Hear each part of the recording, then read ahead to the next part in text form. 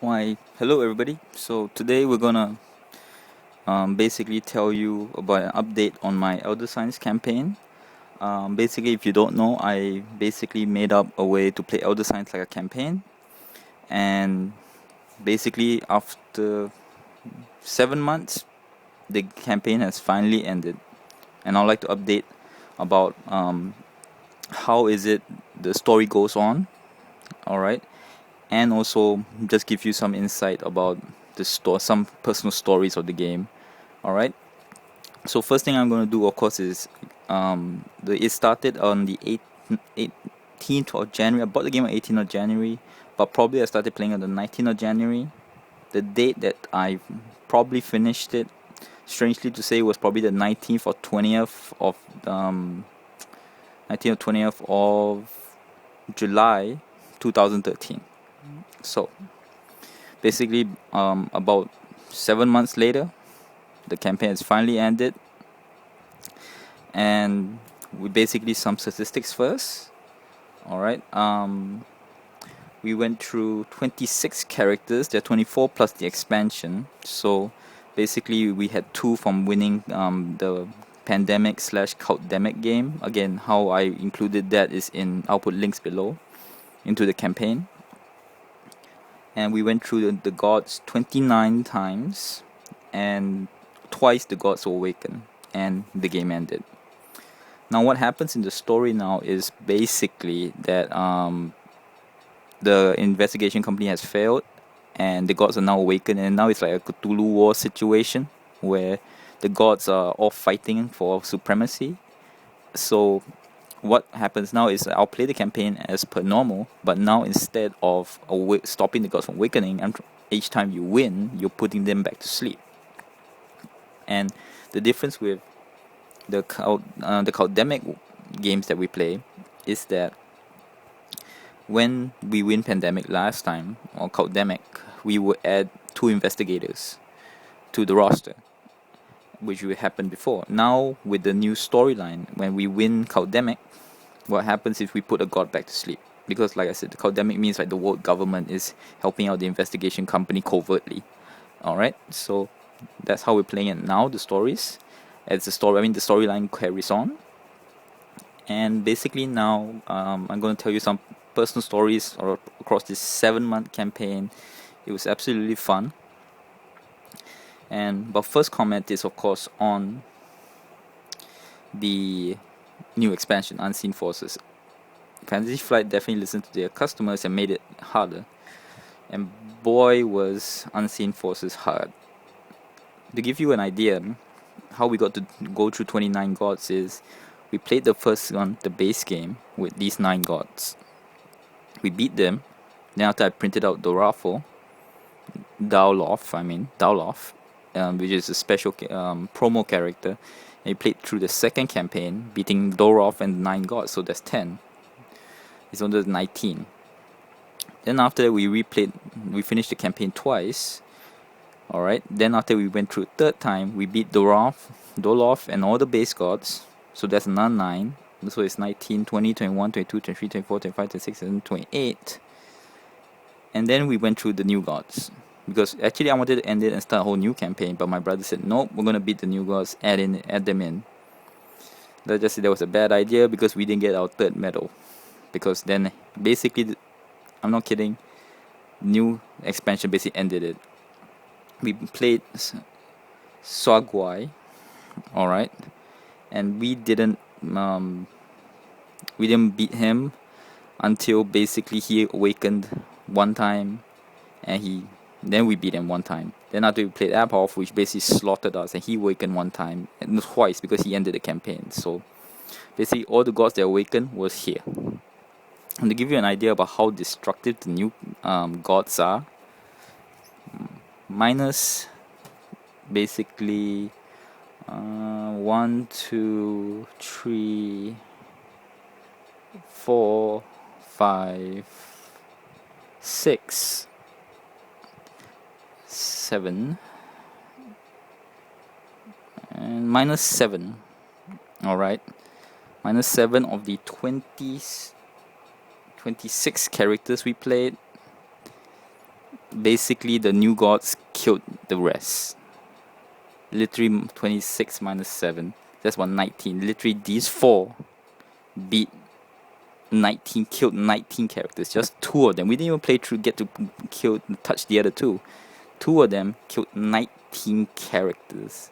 That's how bad we were doing against the new gods and the new rules. So definitely ramps it up, but it can be devastating. I might even say it's a bit too hard. But again, the sense of challenge.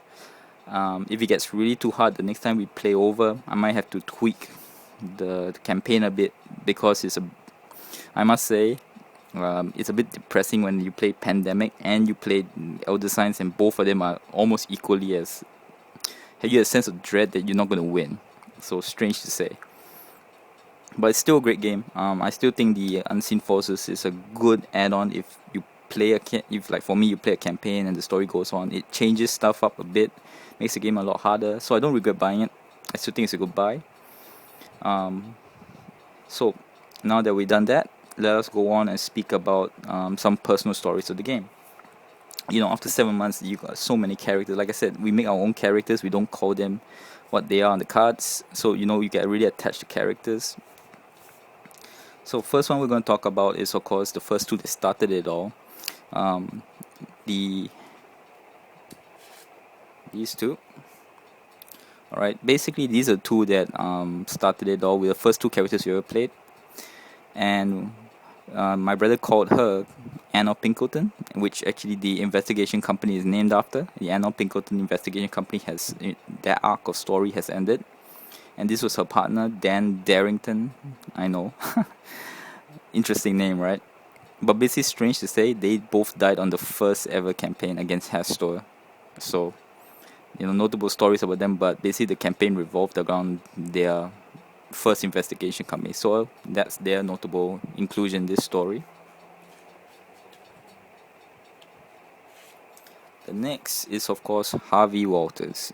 And again, I named this character after the great channel of Rodney Smith, Watch It Played, and I called him Harvey Watch It Played Walters. And he's also used that way in my Mansions of Madness story. Important point, because he actually took a lot of health damage all the time, and I always would have there was a joke whereby he had one lung punctured and all that. So by the end, before he died, his nickname was Harvey Watch It Played One Lung Walters. So that's an add-on to the Watch It Played theme. And we had a lot of fun. He survived several times with only like one health and all. So he was like the Watch It Played character, where he just keep taking damage, but finally he was eaten by one of the gods, devoured basically. So that's his great contribution.